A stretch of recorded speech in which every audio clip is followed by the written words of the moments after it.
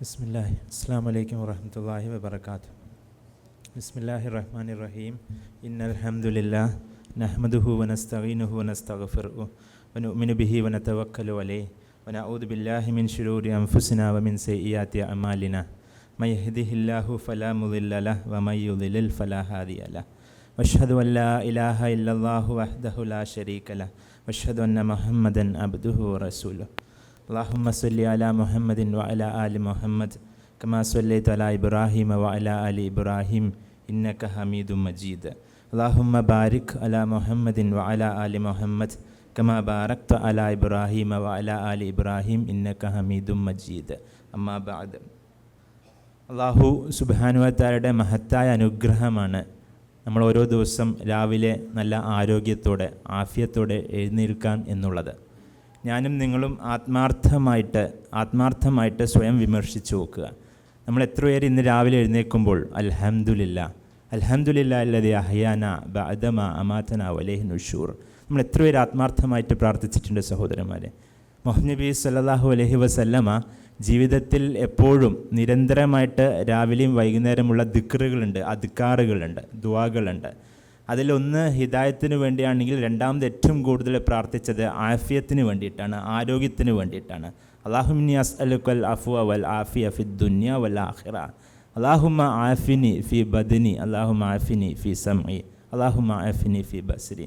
നമ്മൾ എത്ര പേര് ആത്മാർത്ഥമായിട്ട് സഹോദരന്മാരെ, ഞാൻ ആരും വിമർശിക്കുകയല്ല, എത്ര പേര് ആത്മാർത്ഥമായിട്ട് നമ്മൾ പ്രാർത്ഥിച്ചു ആഫിയത്തിന് വേണ്ടിയിട്ട്. ഞാനും നിങ്ങളും ഈ കണ്ണുകളും കാതുകളും നാവുകളൊക്കെ ഒരുപാട് വർഷങ്ങളായിട്ട് ഉപയോഗിച്ചുകൊണ്ടിരിക്കുന്നുണ്ട്. പക്ഷെ നമ്മളാരും ആലോചിച്ചു, റബ്ബേ ഇത് എനിക്ക് എൻ്റെ റബ്ബ്, പടച്ച റബ്ബ്, സൃഷ്ടാവ് എനിക്ക് ഏൽപ്പിച്ചൊരു അമാനത്താണത്. ഇത് നമ്മുടെ ഒരു ജന്മ അവകാശമായിട്ട് ഞാനും നിങ്ങളൊക്കെ ഒരുപാട് കാലമായിട്ട് ഉപയോഗിച്ചിരിക്കുന്നത്. ഒരു ഡോക്ടറായതുകൊണ്ട് പറയാണ്, ഒരുപാട് രോഗികളെ കണ്ടുകൊണ്ടിരിക്കുന്നുണ്ട് പറയാണ്. ദിവസം കോഴിക്കോട് മെഡിക്കൽ കോളേജിൽ പോയി ഇറങ്ങുമ്പോൾ അള്ളാഹുവിനോട് വളരെ ഒരുപാട് നന്ദിയുണ്ട്. ജീവിതത്തിൽ ഒന്നും ആവശ്യപ്പെടാനില്ല, ഒന്നുമില്ല ദുനിയാവിൽ, ഒരു പേരും പ്രശസ്തിയും സമ്പത്തും ഒന്നും ആവശ്യപ്പെടില്ല നിങ്ങൾ. മറിച്ച് ആവശ്യമുള്ളത് ഹിദായത്ത് വേണം, നേർമാർഗം വേണം. രണ്ടാമത്തത് മരിക്കുന്നവരെ നല്ല ആരോഗ്യത്തോടെ അള്ളാഹുവിന് മുമ്പിൽ സാഷ്ടാംഗം ചെയ്യണം, സുജൂദ് ചെയ്യണം. ഞാൻ ഉംറയ്ക്ക് വരുമ്പോൾ കുറേ പ്രായമുള്ള ഒരുപാട് മനുഷ്യന്മാരെ കണ്ടിട്ടുണ്ട്. അതിലൊരു മനുഷ്യൻ സ്ട്രോക്കായിട്ട് കിടക്കുകയാണ്. ആ സ്ട്രോക്ക് ബാധിച്ച മനുഷ്യന് സ്വന്തം മകൻ സിറ്റിംഗ് ഹാളിലേക്ക് ഒന്ന് കൊണ്ടുവരിക. റൂമിൽ നിന്ന് സിറ്റിംഗ് ഹാളിലേക്ക് കൊണ്ടുവരുമ്പോൾ ഒരു കൈ പിടിച്ചിട്ട് കൊണ്ടുവരിക. ആ മകൻ മുഴുവനും വേർത്തുപോയി. ഞാൻ ആലോചിച്ച് പോയി, പടച്ച റബ്ബേ, ഞാനും നിങ്ങളും കുറേ വർഷങ്ങളായി സഹോദരന്മാർ നിൽക്കുന്നത്. നമ്മുടെ നൃത്തം, ഇത് ഞാൻ വെറുതെ പ്രസംഗിക്കാൻ വേണ്ടി പറയല്ല, അള്ളാഹുവിൻ്റെ മഹത്തായ അനുഗ്രഹമാണ്. നമ്മൾ നിൽക്കുന്നു, നമ്മൾ എത്ര പേര് ആത്മാർത്ഥമായിട്ട് ദൈവത്തിനെ സ്തുതിച്ചു. ഇത് എനിക്കും നിങ്ങൾക്കും നഷ്ടപ്പെടുമ്പോൾ മാത്രമേ നമ്മൾ അതിൻ്റെ വില തിരിച്ചറിയുള്ളൂ. ദയവ് ചെയ്ത് നമ്മൾ ഓർക്കണം, ദൈവത്തിനോട് നന്ദിയുള്ളവരാവണം. ഈ ആരോഗ്യം എനിക്കും നിങ്ങൾക്കും കിട്ടിയൊരു ആരോഗ്യം, ഞാൻ നേരത്തെ ഓതി വെച്ച ആയത്തിൻ്റെ അർത്ഥം അതാണ്. അള്ളാഹുവിനോടും റസൂലിനോടും നിങ്ങൾ വഞ്ചന കാണിക്കരുത്. അള്ളാഹു നിങ്ങളിൽ ഏൽപ്പിച്ച അമാനത്തുകൾ, ഈ ആരോഗ്യം പറഞ്ഞ് എനിക്കും നിങ്ങൾക്കും വിശ്വസിച്ച് ഏൽപ്പിച്ച അമാനത്താണ് അള്ളാഹു. അത് കാത്ത് സൂക്ഷിക്കേണ്ട ബാധ്യത എനിക്കും നിങ്ങൾക്കുമുണ്ട്. ഒരു സത്യവിശ്വാസി ആരോഗ്യവാൻ ഉള്ളതാണ്.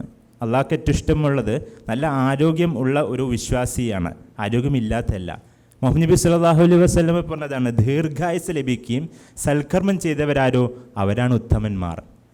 നമ്മൾക്ക് ഒരുപാട് ഉപദേശങ്ങൾ അള്ളാഹു നൽകുന്നുണ്ട്. ദൈവം ഏകൻ, ഈ ദൈവം എല്ലാവർക്കും മനുഷ്യന്മാർക്ക് മൊത്തം നൽകുന്ന ഉപദേശങ്ങൾ അതെല്ലാം നല്ലതായിരിക്കും. നല്ലത് മാത്രമേ ഉള്ളൂ മതത്തിൽ, നല്ലതല്ലാത്തൊന്നുമില്ല മതത്തിലെല്ലാം നല്ലതാണ്. അത് ദൈവം കൃത്യമായിട്ട് നമ്മൾക്ക് അള്ളാഹുവിൻ്റെ ഗ്രന്ഥം ഖുർആനിലൂടെയും പ്രവാചകൻ്റെ ചര്യ മുഹമ്മദ് നബി സല്ലല്ലാഹു അലൈഹി വസല്ലമയുടെ സുന്നത്തിലൂടെയും കൃത്യമായിട്ട് പഠിപ്പിച്ചു വരുന്നുണ്ട്. പക്ഷേ നമ്മൾ എന്തുകൊണ്ട് മാറുന്നില്ല? നമ്മൾ ആത്മാർത്ഥമായിട്ട് ചിന്തിച്ചു നോക്കുക. നമ്മുടെയൊക്കെ നിയ്യത്തുകൾക്കൊരു കളങ്കമില്ല, നിഷ്കളങ്കമാണ്. ഇവിടെ പ്രസംഗിക്കുന്ന ഞാനാവട്ടെ, കേൾക്കുന്ന നിങ്ങളാവട്ടെ, ഈ രാത്രി 10 മണിക്ക് കേൾക്കുന്നുണ്ടെങ്കിൽ നമ്മുടെ നിയ്യത്തുകൾ നിഷ്കളങ്കമാണ്. പക്ഷെ എന്താണ് മാറ്റം? നമ്മുടെ ഹൃദയത്തിൻ്റെ ഉള്ളിൻ്റെ വികാരമുണ്ട്. അതെന്താണെന്ന് ചോദിച്ചാൽ എനിക്ക് പറയാനുള്ളത്, കേൾക്കുമ്പോൾ നിങ്ങൾ നെട്ടരുത്. എന്താണെന്ന് ചോദിച്ചാൽ ഖുർആനിലുടനീളം പറയുന്നത് ജൂതന്മാരുടെ ഒരു സ്വഭാവമുണ്ട്. എന്താണെന്ന് ചോദിച്ചാൽ ജൂതന്മാർ എപ്പോഴും പറയുന്നൊരു വാക്ക് എന്താ അറിയോ സഹോദരന്മാരെ? സമയന വ അസൈന. നമ്മൾ കേട്ടു, നമ്മൾ അനുസരിക്കില്ല. നമ്മൾ എത്ര കേട്ടാലും അനുസരിക്കില്ല. അങ്ങനെ ആവരുത് സഹോദരന്മാരെ. നമ്മൾ കേട്ട കാര്യം നല്ലതാണെങ്കിൽ, സത്യമാണെങ്കിൽ അത് ഉൾക്കൊള്ളാനുള്ളൊരു മനസ്സുണ്ടെങ്കിൽ മാത്രം ഇരുന്നാൽ മതി. എൻ്റെയും നിങ്ങളുടെയും വാക്ക് എന്താവണമെന്ന് ചോദിച്ചാൽ സമയന, ഞാൻ കേട്ടു, ഞാൻ അനുസരിച്ചു. അതുകൊണ്ട് ഞാൻ പറയാൻ പോകുന്ന കുറേ കാര്യങ്ങൾ, നല്ല ആരോഗ്യം നേടിയെടുക്കേണ്ട ഉപദേശങ്ങൾ, അതെൻ്റെ ഉപദേശമല്ല, എന്നെയും നിങ്ങളെയും ദുനിയാവിനെയും പടച്ച റബ്ബ് സൃഷ്ടാവിൻ്റെ ഉപദേശങ്ങളാണ്. ഏറ്റവും ആദ്യം ആരോഗ്യത്തിന് ആവശ്യമുള്ളൊരു കാര്യമാണല്ലോ ഭക്ഷണം. നമ്മൾ എന്ത് കഴിക്കുന്നു നമ്മൾ അതാവുന്നു എന്നാണ് ചൊല്ല്. ഭക്ഷണത്തെ പറ്റി കൃത്യമായിട്ട് അല്ലാഹു സുബ്ഹാനഹു വ തആല പറഞ്ഞു. സൂറത്തു ത്വാഹ 20-ാം അധ്യായം 81-ാമത്തെ വചനം പഠിക്കണം സഹോദരന്മാരെ. 20-ാം അധ്യായം 81-ാമത്തെ വചനം എനിക്കും നിങ്ങൾക്കും എതിരെ നാളെ പരലോകത്ത് സാക്ഷിയായിട്ട് വരും.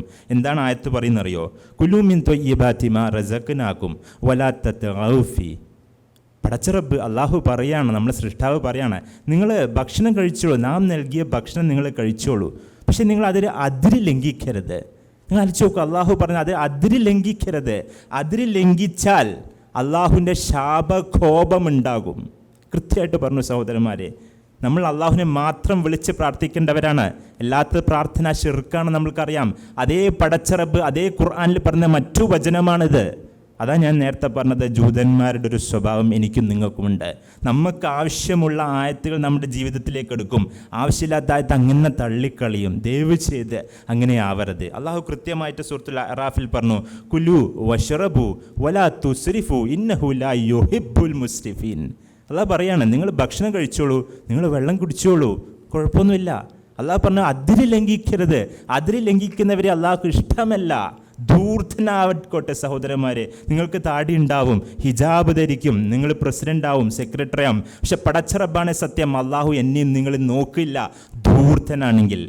മുഹമ്മദ് നബി സല്ലല്ലാഹു അലൈഹി വസല്ലം എത്ര ഭംഗിയായിട്ട് നമ്മൾ ഉപദേശിച്ചറിയോ? വയറിൻ്റെ 1/3 ഭാഗം വെള്ളം, 1/3 ഭാഗം ഭക്ഷണം, 1/3 ഭാഗം അങ്ങ് വെറുതെ വിടുക. സുബ്ഹാനല്ലാഹ്. ഇന്ന് ഡോക്ടറെ എനിക്ക് അൽഹംദുലില്ലാ രോഗികൾ ഉപദേശിക്കാൻ കൊടുക്കാൻ നല്ലൊരു ഉപദേശങ്ങൾ. ആദമിൻ്റെ മുതുക് നിവർന്നു നിൽക്കാൻ ഒരു പിടി ഭക്ഷണം മതി എന്നാണ് റസൂൽ സല്ലല്ലാഹു അലൈഹി വസല്ലമ പറഞ്ഞത്. ആയുർവേദത്തിലൊരു ചൊല്ലുണ്ട്. എന്താണെന്ന് ചോദിച്ചാൽ, 1 നേരം തിന്നുന്നവൻ ഭോഗി, 2 നേരം തിന്നുന്നവൻ യോഗി, 3 നേരം തിന്നുന്നവൻ രോഗി. അപ്പോൾ 4ഉം 5ഉം 6ഉം കഴിക്കുന്ന ഞാനും നിങ്ങളും സാമൂഹ്യ ദ്രോഹികളാണ് സഹോദരന്മാരെ. സാമൂഹ്യ ദ്രോഹികൾ. എന്തുകൊണ്ട് ചില മുഹമ്മദ് നബി സല്ലല്ലാഹു അലൈഹി വസല്ലം പറഞ്ഞ സ്വന്തം അയൽവാസി പട്ടിണി കിടക്കുമ്പോൾ വയറ് നിറച്ച് കഴിക്കുന്നവൻ വിശ്വാസിയല്ല. 5 നേരം നിസ്കരിക്കുന്നവനായിരിക്കും, പക്ഷെ വിശ്വാസിയല്ല. നമ്മൾ തൊട്ടടുത്തുള്ള അയൽവാസിൻ്റെ ഭക്ഷണമാണ് കഴിച്ചു തീർക്കുന്നത്. ദയവ് ചെയ്ത് ശ്രദ്ധിക്കണം. എനിക്ക് ഇവിടുത്തെ എൻ്റെ സഹോദരിമാരോട് പറയാനുള്ളത്, ആയിഷ റളിയല്ലാഹു അൻഹ കൃത്യമായിട്ട് പറഞ്ഞിട്ടുണ്ട്, നിങ്ങൾ ഭക്ഷണം അളന്നെടുക്കണം, അഭിവൃദ്ധി ഉണ്ടാകും. നിങ്ങളുടെ വീടുകളിൽ അഭിവൃദ്ധി ഉണ്ടാവും. തോന്നിയ പോലെ ഭക്ഷണം എടുത്തിട്ട് തോന്നിയ പോലെ ഭക്ഷണം ഉണ്ടാക്കുകയല്ല. ഇന്ന് വല്ലാത്തൊരു പ്രത്യേകിച്ചും എനിക്ക് പറയാൻ ക്ഷമിക്കണം, നമ്മുടെ സമുദായത്തിന് വലിയൊരു അപകടമാണ് ഭക്ഷണത്തിൻ്റെ കാര്യത്തിൽ. ഇന്ന് സ്ത്രീകൾ ഒരു 2-5 വർഷം കല്യാണം കഴിയുമ്പോഴത്തേക്ക് അവർ ഉരുണ്ടു വരുന്നു, തടിച്ചു വീർത്ത് ഉരുണ്ടു വരുന്നു. അതിൻ്റെ ദേഷ്യം തീർക്കാൻ വേണ്ടി സ്വന്തം ഭർത്താക്കന്മാരെ ഗർഭിണികളാക്കി തീർക്കും. അത്രമാത്രം തടി വെക്കുക. ദയവ് ചെയ്ത് ശ്രദ്ധിക്കുക സഹോദരന്മാരെ. അന്ത്യനാളിൻ്റെ അടയാളം എന്താ പറഞ്ഞതെന്ന് വെച്ചാൽ, പണ്ഡിതന്മാരിൽ തടി കാണും. പൊണ്ണത്തടിയന്മാരിലെ പണ്ഡിതൻ കണ്ടാൽ നിങ്ങൾ ആലോചിച്ചോളൂ, ഇത് അന്ത്യനാളിൻ്റെ അടയാളമാണ് സഹോദരന്മാരെ. ഒന്ന് ശ്രദ്ധിക്കുക. ഉമർ റളിയല്ലാഹു പറഞ്ഞു, നിങ്ങൾ തടിക്കരുത്. തടിച്ചാൽ നിങ്ങൾക്ക് കൃത്യമായിട്ട് നിങ്ങൾക്ക് ആരാധനാ കർമ്മങ്ങൾക്ക് ബുദ്ധിമുട്ടുണ്ടാവും. ഇന്ന് പള്ളികളിൽ നിറയെ ചെയറാണ്. ഞാൻ പ്രത്യേകിച്ചും ക്ഷമിക്കണം, പ്രായമുള്ളവർ ഉദ്ദേശിച്ചിട്ടല്ല. പ്രായമുള്ളവർക്ക് ചിലപ്പം വാർദ്ധക്യം മൂലം മുട്ടുവേദനയൊക്കെ കൊണ്ട് ചെയറിൽ നിന്ന് നിസ്കരിക്കാറുണ്ട്. ഞാൻ അതല്ല ഉദ്ദേശിക്കുന്നത്. ചെറുപ്പക്കാർ 10-35 വയസ്സാകുമ്പോഴത്തേക്ക് കുനിയാൻ പറ്റുന്നില്ല. സൃഷ്ടാവ് തന്ന ഭക്ഷണം കഴിച്ചാൽ സൃഷ്ടാവിന് മുമ്പിൽ സുജൂദ് ചെയ്യാൻ പറ്റാത്ത മഹാശിക്ഷയാണ് സഹോദരന്മാരെ എനിക്കും നിങ്ങൾക്കും കിട്ടുന്നത്. ദയവ് ചെയ്ത് തടിക്കരുത്. മുഹമ്മദ് നബി സല്ലല്ലാഹു അലൈഹി വസല്ലം മാതൃക പിൻപറ്റുന്നവരാണല്ലോ. ഒത്ത ശരീരമായിരുന്നു, തടിച്ചു വരരുത് സഹോദരന്മാരെ. നിങ്ങൾ നോക്ക്, നമ്മുടെ നോമ്പ് സുബ്ഹാനല്ലാഹ് വല്ലാത്തൊരു അത്ഭുതമാണ്. ശാസ്ത്രം പറയുന്ന ഇൻ്റർമിറ്റൻറ്റ് ഫാസ്റ്റിങ്ങൾക്ക് രോഗങ്ങൾ വരില്ല. ഒരിക്കലും ഒരു ഡോക്ടർ പറഞ്ഞതാണത്. മുഹമ്മദ് നബി സല്ലല്ലാഹു അലൈഹി വസല്ലം നോമ്പ് തോറ്റ പോലെ ഉണ്ട് ഈ ഉമ്മത്തിന് രോഗമൊന്നും വരില്ലായിരുന്നു. എന്നാൽ നമ്മൾക്ക് എന്തു പറ്റി? നോമ്പിൻ്റെ ആത്മാവ് മൊത്തം നഷ്ടപ്പെട്ടു. ഒരു രോഗി പറഞ്ഞ് ഞാൻ ഇപ്പോഴും ഓർക്കുന്നുണ്ട്, ഡോക്ടറെ രാവിലെ സുബഹി തൊട്ടിട്ട് മഗ്‌രിബ് വരെ നല്ല തക്കുവുണ്ട്, ദൈവബോധമുണ്ട്, നല്ല സൂക്ഷ്മത ഉണ്ട്. പക്ഷെ നോമ്പ് തുറക്കുമ്പോഴത്തേക്കും 2ാം ഗേറ്റ് തുറന്ന പോലെ പലതും അതിലോട്ട് കിടക്കും. എന്നിട്ട് നമസ്കരിക്കാനും കൂടി പറ്റുന്നില്ല. തേക്കിട്ടിട്ട് വരും. എവിടെ പോയി സഹോദരന്മാരെ നമ്മുടെ ആത്മാവ്? എവിടെയാണ് നമ്മൾക്ക് ഭയമുള്ളത്? ദയവ് ചെയ്ത് നമ്മൾ ശ്രദ്ധിക്കണം. ആയിഷ റളിയല്ലാഹു അൻഹ പറയാനുണ്ട്, അടുപ്പ് മാസങ്ങളോളം അടുപ്പ് കത്തിക്കാറുണ്ടായിരുന്നില്ല. ഇത് ഞാനൊരു സ്ഥലത്ത് പ്രസംഗിച്ചപ്പോൾ ഒരു തമാശയായിട്ട് പറഞ്ഞു, ശവ്വാൽ മാസപ്പിറവിയായാൽ പിന്നെ നമ്മൾ അടുപ്പ് കത്തിക്കില്ല, എല്ലാവരും ഗ്രാൻഡ് ഓഡിറ്റോറിയത്തിലും എല്ലാ കല്യാണ മണ്ഡപത്തിലായിരിക്കും. വെറും തീറ്റയാണ് നമ്മുടെ അവസ്ഥ. അതൊരു പുച്ഛമായിട്ടാണ് സഹോദരന്മാരെ കാണുന്നത്. ഇന്ന് നമ്മുടെ കല്യാണങ്ങളൊക്കെ കോഴിക്കോടിൽ ഇത്രയും ധൂർത്തൻ കല്യാണം, വൃത്തികെട്ട് സമ്പത്തിൻ്റെ ദുർപ്രകടനമാണ് കല്യാണം. ഇന്ന് എത്ര ഡൈവോഴ്സുകൾ നടക്കുന്നുണ്ട് അറിയോ, പ്രത്യേകിച്ച് നമ്മുടെ സമുദായത്തിൽ. എന്തുകൊണ്ട് ഞാനും നിങ്ങൾ ചിന്തിക്കണം. നമ്മുടെ മക്കൾ ഡൈവോഴ്സ് നടക്കുന്നു, നമ്മുടെ മക്കൾക്ക് കുട്ടികളാവുന്നില്ല കല്യാണം കഴിഞ്ഞ ശേഷം. എന്തുകൊണ്ട് നമ്മുടെ ജീവിതത്തിൻ്റെ തുടക്കം കല്യാണം 100% ഹറാമിയത്തിലായിരുന്നു. അപകടമാണ് സഹോദരന്മാരെ. ദയവ് ചെയ്ത് ഇവിടെ ഇരിക്കുന്ന എൻ്റെ സമ്പന്നരാവട്ടെ ആരും ആവട്ടെ എല്ലാവരും, ഞാൻ പറഞ്ഞു, ഇപ്പോൾ പാവങ്ങൾ പോലും പൈസ വാങ്ങിയിട്ട് ധൂർത്തൻ കല്യാണം നടത്തും. ദയവ് ചെയ്ത് എനിക്ക് നിങ്ങളോട് പറയാനുള്ളത്, എന്നോടും പുറം നിങ്ങളോടും പറയാനുള്ളത്, അള്ളാഹു സുബ്ഹാനഹു വ തആലയുടെ വിധിവിലക്കുകൾ ഞാനും നിങ്ങളും ലംഘിച്ചോ, അള്ളാഹു സുബ്ഹാനഹു വ തആല അവിടെ പിടികൂടും, ഉറപ്പ്. ദയവ് ചെയ്ത് കല്യാണമൊക്കെ ലളിതമാക്കാൻ ശ്രമിക്കണം. അവിടെ വരട്ടെ മതം വീട്ടിൻ്റെ ഉള്ളിൽ വരട്ടെ സഹോദരന്മാരെ. ദയവ് ചെയ്ത് ഭക്ഷണത്തിൻ്റെ കാര്യം നമ്മൾ ശ്രദ്ധിക്കണം.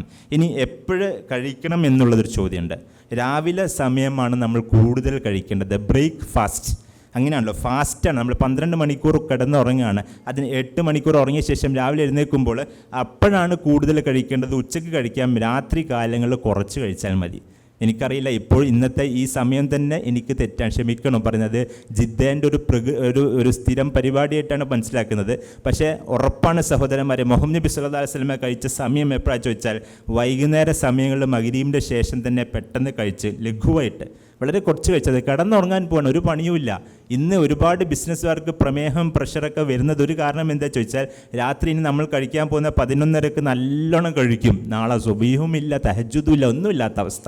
ഇത്രയും നേരം നിന്നതിൻ്റെ കൂലി മൊത്തം പോയി കിട്ടും സഹോദരന്മാരെ. അതുകൊണ്ട് ദയവ് ചെയ്ത് ശ്രദ്ധിക്കുക. ഇന്ന് ബിരിയാണി നിങ്ങൾക്കുണ്ട്, കഴിച്ചോളൂ.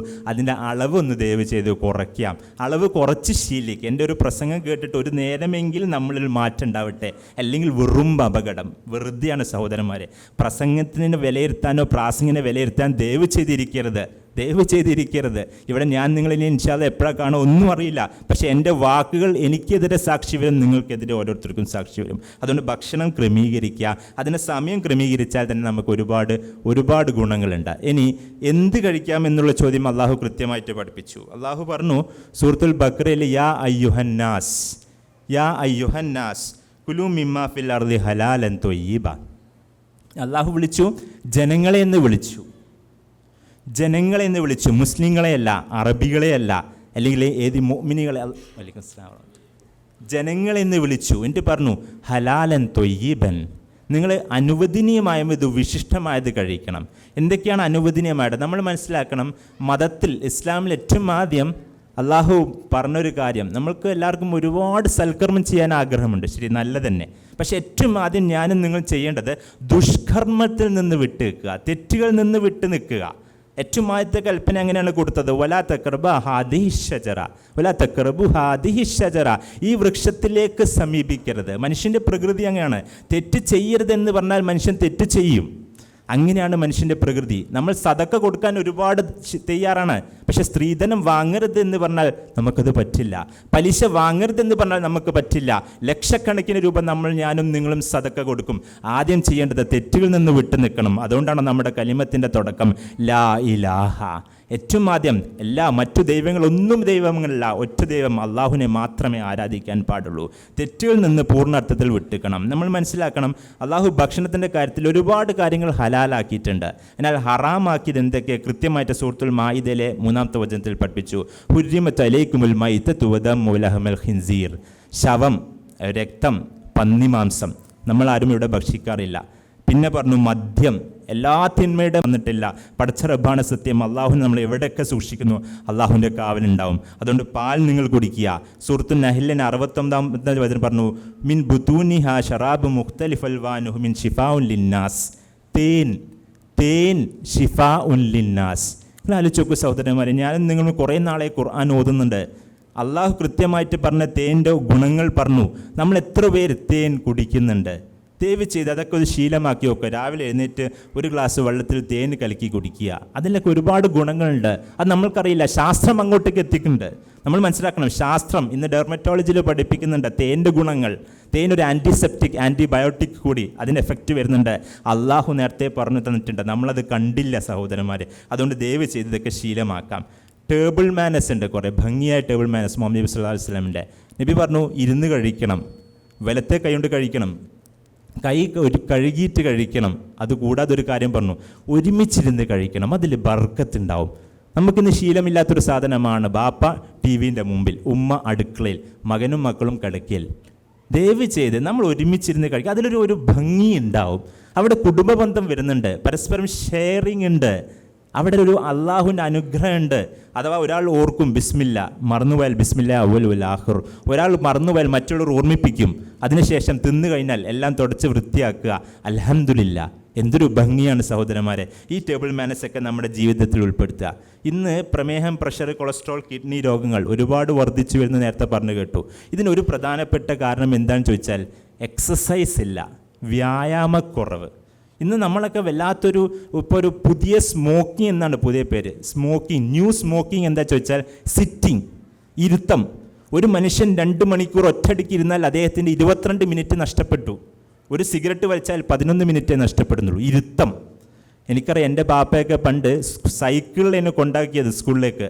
ഇപ്പോഴും ബസ് കയറിയിട്ട് പോകും. 84 വയസ്സിൽ അൽഹംദുലില്ലാ ഇപ്പോഴും നടന്നു പോകുന്നുണ്ട്. നമ്മൾക്ക് എത്ര പേർക്ക് പറ്റും സഹോദരന്മാരെ? നമ്മളെല്ലാം ചെറിയ തൊട്ടടുത്ത പള്ളിയിലാണെങ്കിൽ പോലും നമ്മൾ ഹോണ്ട ആക്റ്റീവ് എടുത്തിട്ട് പോകും. നിങ്ങൾ ആലോചിച്ച് നോക്കുക. മുഹമ്മദ് നബി സല്ലല്ലാഹു അലൈഹി വസല്ലം പറഞ്ഞു, നിങ്ങൾ പള്ളിയിലേക്ക് പോകുമ്പോൾ നടന്നു പോയിക്കോളും, നിങ്ങൾക്ക് ഓരോ കാൽവെപ്പിന് നിങ്ങൾക്ക് കൂലിയുണ്ട്. ഒരുപാട് ദൂരമുണ്ടെങ്കിൽ നമുക്ക് ബൈക്കൊക്കെ വേണ്ടി വരും. ഞാൻ പറഞ്ഞ തൊട്ടടുത്ത് പള്ളി ഉണ്ടെങ്കിൽ പോലും നമ്മൾ നടക്കില്ല. ഡോക്ടർ പറഞ്ഞു തുടങ്ങിയാൽ നടത്തം തുടങ്ങും. വല്ലാത്തൊരു മോശമാണ് സഹോദരന്മാരെ. പടച്ച റബ്ബ് പറഞ്ഞാൽ നടക്കില്ല, ഡോക്ടർ പറഞ്ഞാൽ അവിടെ നടത്തം തുടങ്ങും. നമ്മൾ മാറണം, നമ്മുടെ മനസ്ഥിതി മാറണം, നമ്മുടെ ഹൃദയത്തിനുള്ളിലുള്ള വികാരം നമ്മൾ മാറ്റണം. അതുകൊണ്ട് നടത്തം ഡെയിലി നമ്മളൊരു അരമണിക്കൂർ നടന്നു നോക്കുക. രാവിലെ എങ്ങനെയാണോ ഭക്ഷണം കഴിക്കുന്ന പ്രാധാന്യം, അതേപോലെ നമ്മളൊക്കെ രാവിലെ സുബഹി കഴിഞ്ഞാൽ അരമണിക്കൂർ അൽഹംദുലില്ലാ ദിക്റും ചൊല്ലി കുറേ നടക്കും. വലിയ ആശ്വാസമാണ്. ശരീരത്തിന് ഒരുപാട് ആരോഗ്യം കിട്ടും. ഒരു രോഗങ്ങളും വരില്ല ഇൻഷാ അല്ലാ. മിക്ക രോഗം പരീക്ഷണമായിട്ട് വന്നേക്കാം, പക്ഷേ മിക്ക രോഗങ്ങളും നമ്മൾക്ക് തടയാൻ പറ്റുന്ന ഒരു കാര്യമാണ്. ഇന്ന് സ്ത്രീകൾ എല്ലാം മെഷീനിലാണ്, എല്ലാം വാഷിംഗ് മെഷീൻ. എൻ്റെ ഉമ്മയൊക്കെ എനിക്കിപ്പോഴും അറിയാം, പണ്ടേ അമ്മിയമ്മ മരിച്ചതാണ്. ഈ മെഷീനൊന്നും വേണ്ടെന്നല്ല പറഞ്ഞത്, പക്ഷേ സ്ത്രീകൾക്ക് ഇന്ന് നോക്ക്, നിലം മുക്കി തുടയ്ക്കാൻ പറ്റുമോ? പറ്റില്ല. കുനിയാൻ പറ്റില്ല. ഊരവേദന, മുട്ടവേദന, വല്ലാത്തൊരു അപകടമാണ്. അതുകൊണ്ട് എക്സസൈസ്, വ്യായാമം കൂടണം. ഇനി വേറെ ഒന്നുള്ള ഇസ്ലാമിൻ്റെ ഒരു പ്രധാനപ്പെട്ട കൺസെപ്റ്റാണ് ശുദ്ധി. അത്തഹൂറു ശത്രുൽ ഈമാൻ. ശുദ്ധി എന്ന് പറയുന്നത് വിശ്വാസത്തിൻ്റെ ഭാഗമാണ്. അത് ശുദ്ധ ഹൃദയമാവണം, ശുദ്ധ ശരീരമാവണം, വസ്ത്രമാവണം, പരിസരമാവണം, നാടാവണം. എല്ലാ അർത്ഥത്തിലും ശുദ്ധിയാവണം. മരുഭൂമിയിൽ വെള്ളമില്ലാത്ത മരുഭൂമിയിൽ പോലും കുളിക്കാൻ കൽപ്പിച്ചു നബി സല്ലല്ലാഹു അലൈഹി വസല്ലം. നമ്മളെല്ലാവരും ശ്രദ്ധിക്കേണ്ടതാണ്. നമ്മൾ ദയവ് ചെയ്ത് രാവിലെയും വൈകുന്നേരം രാത്രി ഉറങ്ങുമ്പോൾ കുളിച്ചിട്ടേ നമ്മൾ കിടന്നുറങ്ങാൻ പാടുള്ളൂ. നമ്മൾ വേർത്ത് അങ്ങൊലിച്ച് നമ്മൾ സ്വന്തം ഭാര്യ ഇണയുടെ കൂടെ കിടക്കുന്നത്. ദയവ് ചെയ്ത് വൃത്തിയായി ശുദ്ധിയായിട്ട് നമ്മൾ കിടക്കണം. ഉളുവിൻ്റെ അവസ്ഥ നോക്ക്. മനുഷ്യൻ എപ്പോഴും ഒളുവിലാണ്, എപ്പോഴും മുഖം കഴുകുന്നു, ചെവി കഴുകുന്നു, മൂക്ക് കഴുകുന്നു. ഇൻഫെക്ഷൻ വരാനുള്ള സാധ്യത വളരെ വളരെ കുറയുന്നു. മുഹമ്മദ് നബി സല്ലല്ലാഹു അലൈഹി വസല്ലം വേറൊരു കാര്യം പഠിപ്പിച്ചു ഉമ്മത്തിനെ. എന്താണെന്ന് വെച്ചാൽ, എൻ്റെ സമുദായത്തിന് ബുദ്ധിമുട്ടില്ലായിരുന്നെങ്കിൽ ഓരോ വക്കത്തും പല്ല് തേക്കാൻ കൽപ്പിക്കുമായിരുന്നു. പല്ല് തേക്കാൻ. സുബ്ഹാനല്ലാഹ്, വല്ലാത്ത ഡെൻ്റൽ ഹൈജീൻ ഇതിനെക്കാട്ടി വലിയൊരു ഉപദേശം ലോകത്തിന് നൽകാനില്ല. നമ്മൾ എത്ര പേര് ആത്മാർത്ഥമായിട്ട് ചിന്തിക്കുക, എത്ര പേര് നമ്മൾ ഈ രാവിലെ തൊട്ട് വൈകുന്നേരം വരെ എത്ര പ്രാവശ്യം നമ്മൾ പല്ല് തേച്ചു? നമ്മുടെ മക്കളൊക്കെ പ്രത്യേകിച്ച് ശ്രദ്ധിക്കണം. ഞാൻ എൻ്റെ മക്കൾക്ക് രാവിലെയും രാത്രി നിർബന്ധം, അതിപ്പോൾ തേച്ച് തുടങ്ങി. അൽഹംദുലില്ലാ, രാത്രി തേക്കണം, ഇടയ്ക്കിടയ്ക്ക് തേപ്പിക്കണം. വൈകുന്നേരം സ്കൂളിൽ നിന്ന് വിട്ട് ഭക്ഷണം കഴിച്ചാൽ തേൽപ്പിക്കുക. അവർക്ക് ആൻറ്റിബയോട്ടിക്സ് കൊടുക്കേണ്ട വരില്ല സഹോദരന്മാരെ. ജീവിതം അനുഭവം വെച്ച് പറയാണ്. നമ്മൾ എന്തുകൊണ്ട് നമ്മൾ പ്രവാചകൻ്റെ ചര്യ, മുഹമ്മദ് നബി സല്ലല്ലാഹു അലൈഹി വസല്ലമയുടെ ചര്യ, അള്ളാഹുവിൻ്റെ വചനം, അതെന്തുകൊണ്ട് ജീവിതത്തിൻ്റെ ഉള്ളിലേക്ക് നമ്മൾ പകർത്താൻ ശ്രമിക്കുന്നില്ല? നമുക്കതിൻ്റെ പ്രാധാന്യം മനസ്സിലാക്കായിട്ടാണോ സഹോദരന്മാരെ? അതുകൊണ്ട് ദയവ് ചെയ്ത് പല്ല് തേക്കാൻ കൽപ്പിച്ചു. ഇന്ന് കേരളത്തിലൊക്കെ നമ്മൾക്കറിയാം ഭയങ്കര ചൂടാണ്. എനിക്കറിയാം, ഞാൻ മഞ്ചേരിയിൽ നിന്ന് മടങ്ങി വരുമ്പോൾ, KSRTC വരുമ്പോൾ, ഉച്ചയ്ക്ക് മടങ്ങി വരുമ്പോൾ വല്ലാത്തൊരു ചൂട്.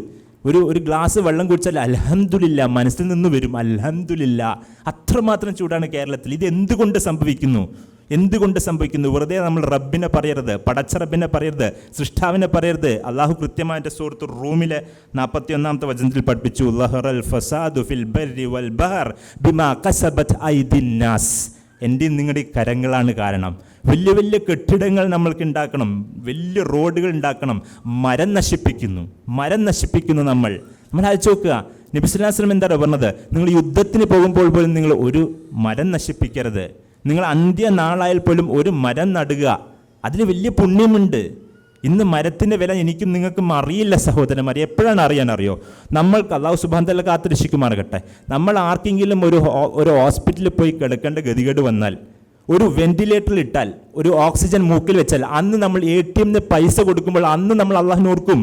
എനിക്കും നിങ്ങൾക്കും ദുനിയാവിൽ ഇത്രയും കൊല്ലങ്ങളായിട്ട് കാർബൺ ഡൈ ഓക്സൈഡ് മാറ്റിയിട്ട് ഓക്സിജൻ തന്ന മരങ്ങളായിരുന്നു. നമ്മൾ ഈ മരങ്ങളൊക്കെ നശിപ്പിക്കുന്നു. ദയവ് ചെയ്ത് പ്രകൃതി സംരക്ഷണം അത് നമ്മുടെ ആരോഗ്യത്തിന് പ്രധാനപ്പെട്ടതാണ്. ഇന്ന് നോക്കുക, വെള്ളം അത് സൂക്ഷിച്ചുപയോഗിക്കണം. ഞാൻ എൻ്റെ മക്കളൊക്കെ പറയും, ബ്രഷ് ചെയ്യുമ്പോൾ മക്കൾ ഇങ്ങനെ ബ്രഷ് ചെയ്തിട്ട് ടാപ്പ് തുറന്നിട്ടിടരുത്, അത് സൂക്ഷിക്കണം. അവിടെ മതം വരട്ടെ. ബാത്റൂമിൻ്റെ ഉള്ളിൽ വെള്ളം എങ്ങനെ ഉപയോഗിക്കണം അതാണ് മതം. ജീവിത രീതിയാണ്, ജീവിത ക്രമീകരണമാണ്. ഒരു വിശ്വാസം കൊണ്ടൊരു മനുഷ്യനുണ്ടാകേണ്ടത് രാവിലെ എഴുന്നേറ്റ് രാത്രി കിടന്നുറങ്ങുന്നവരെയുള്ള എല്ലാ നിർദ്ദേശങ്ങളാണ് മതം. അല്ലാണ്ട് 5 നേരം പള്ളിയിൽ പോയി ഇരുന്നാൽ മാത്രം പോരാ, ഒരുപാട് അജ്ജും ഉംറയും ചെയ്താൽ മാത്രം പോരാ. ജീവിതം മൊത്തം മാറണം സഹോദരന്മാരെ. ഞാൻ മക്കൾക്ക് പറയും, മക്കൾ വെള്ളം സൂക്ഷിച്ചു ഉപയോഗിക്കുക. മുഹമ്മദ് നബി സ്വല്ലല്ലാഹു അലൈഹി വസല്ലം പോലും അങ്ങനെയാണ് പറഞ്ഞത്. നിങ്ങൾ ഒരു പുഴ നിങ്ങളെ തൊട്ടടുത്ത് ഒഴുകി പോകുകയാണെങ്കിൽ പോലും നിങ്ങൾ എടുക്കുമ്പോൾ സൂക്ഷിച്ചുപയോഗിക്കണം. നിങ്ങൾ ആലോചിച്ച് നോക്കുക, ഒരു പുഴ ഉണ്ടെങ്കിൽ പോലും അതിൽ വെള്ളം എടുക്കുമ്പോൾ സൂക്ഷിച്ചുപയോഗിക്കണം സഹോദരന്മാരെ. ഇത് ഒരു നമ്മൾ ചുറ്റുപാടൊക്കെ നമ്മൾക്കറിയാം. എൻ്റെ കോഴിക്കോടൊക്കെ നല്ല വിദ്യാസമ്പന്നമായി താമസിക്കുന്ന സ്ഥലത്താണ് താമസിക്കുന്നത്. അവിടെ പുറത്തൊക്കെ ഉണ്ടാവും ദിവസം ചണ്ടി വേസ്റ്റ്. ഞാൻ ആലോചിച്ച് പോവാ, എങ്ങനെ ഒരു മനുഷ്യന് വേസ്റ്റ് റോട്ടിലിടാൻ പറ്റുന്നത്? കുടുംബശ്രീ ഒക്കെ ഉണ്ട്. നമ്മുടെ വിശ്വാസത്തിന് 70 ശാഖകൾ ഉണ്ടെന്നാണ് പറഞ്ഞത്. 70 ശാഖകൾ. ആ 70 ശാഖകൾ ഏറ്റവും ആദ്യത്തെ ശാഖ എന്താ ചോദിച്ചാൽ ലാ ഇലാഹ ഇല്ലല്ലാഹ്. അതാണ് ഏറ്റവും ആദ്യത്തെ ശാഖ.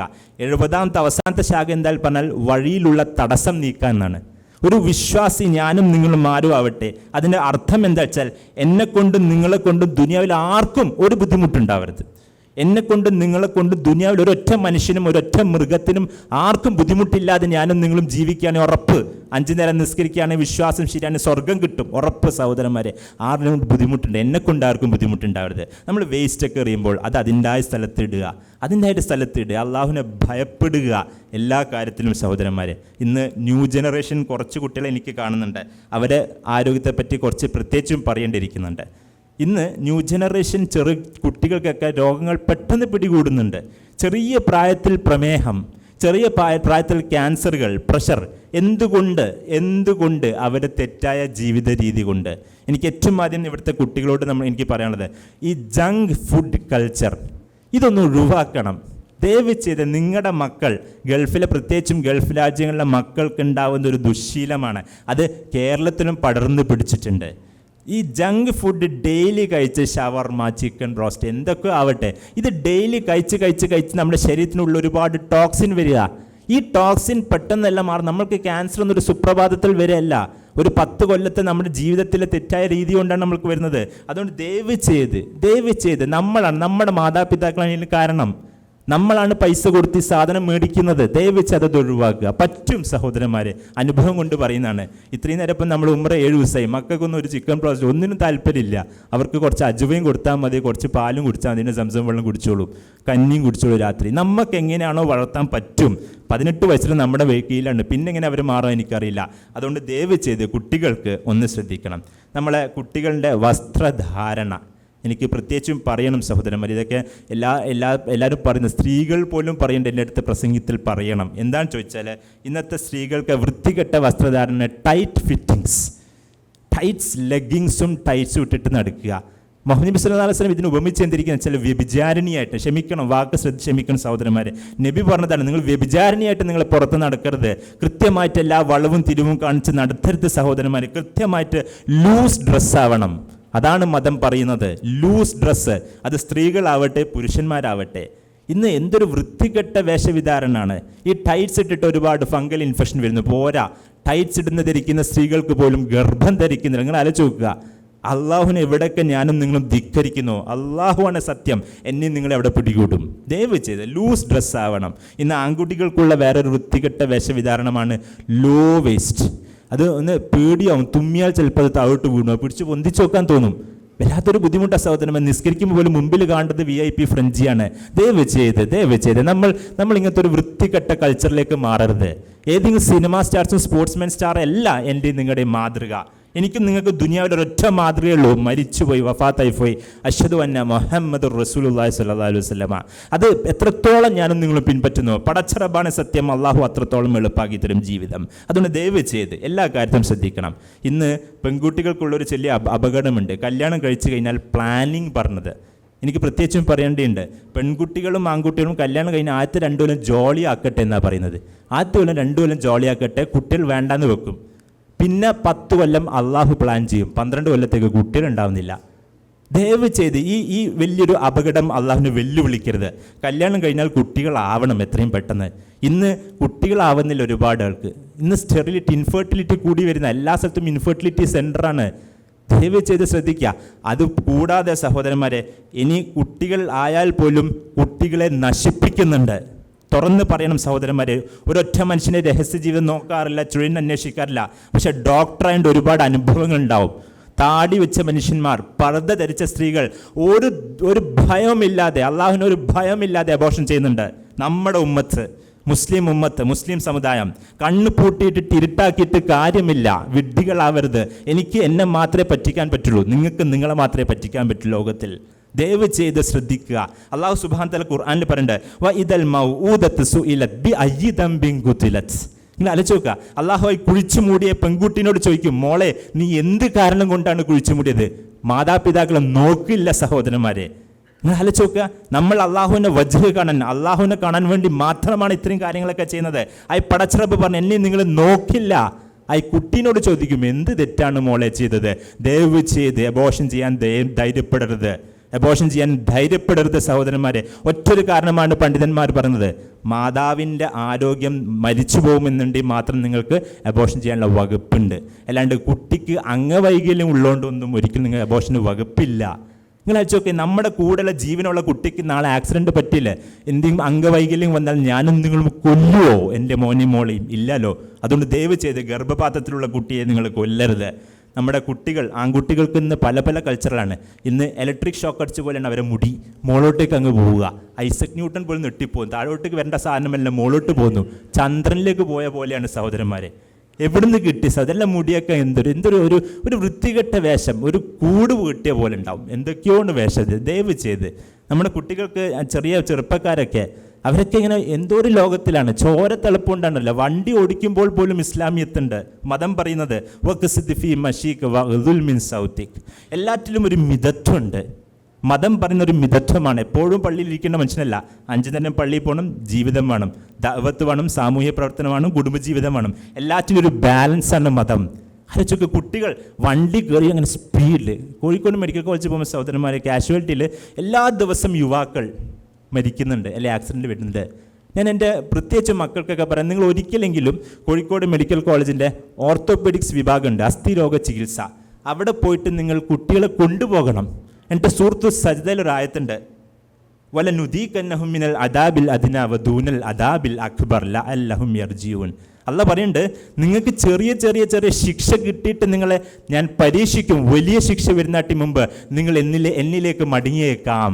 കുട്ടികൾക്ക് പോയിട്ട് കാണിച്ചു കൊടുക്കാം, മോനെ ഈ തോന്നിവാസം കൊണ്ട് വണ്ടി ഓടിച്ചിട്ട് മോനെ കൈക്കാൽ കൊണ്ടിട്ട് കിടപ്പില്, കൊല്ലങ്ങളോളം കിടപ്പിൽ. എത്ര പേർക്ക് സഹോദരന്മാരെ കൈകാൽ കൊഴിഞ്ഞിട്ട് ഹിദായത്ത് കിട്ടുന്നു, ദൈവ മാർഗദർശനം കിട്ടുന്നു.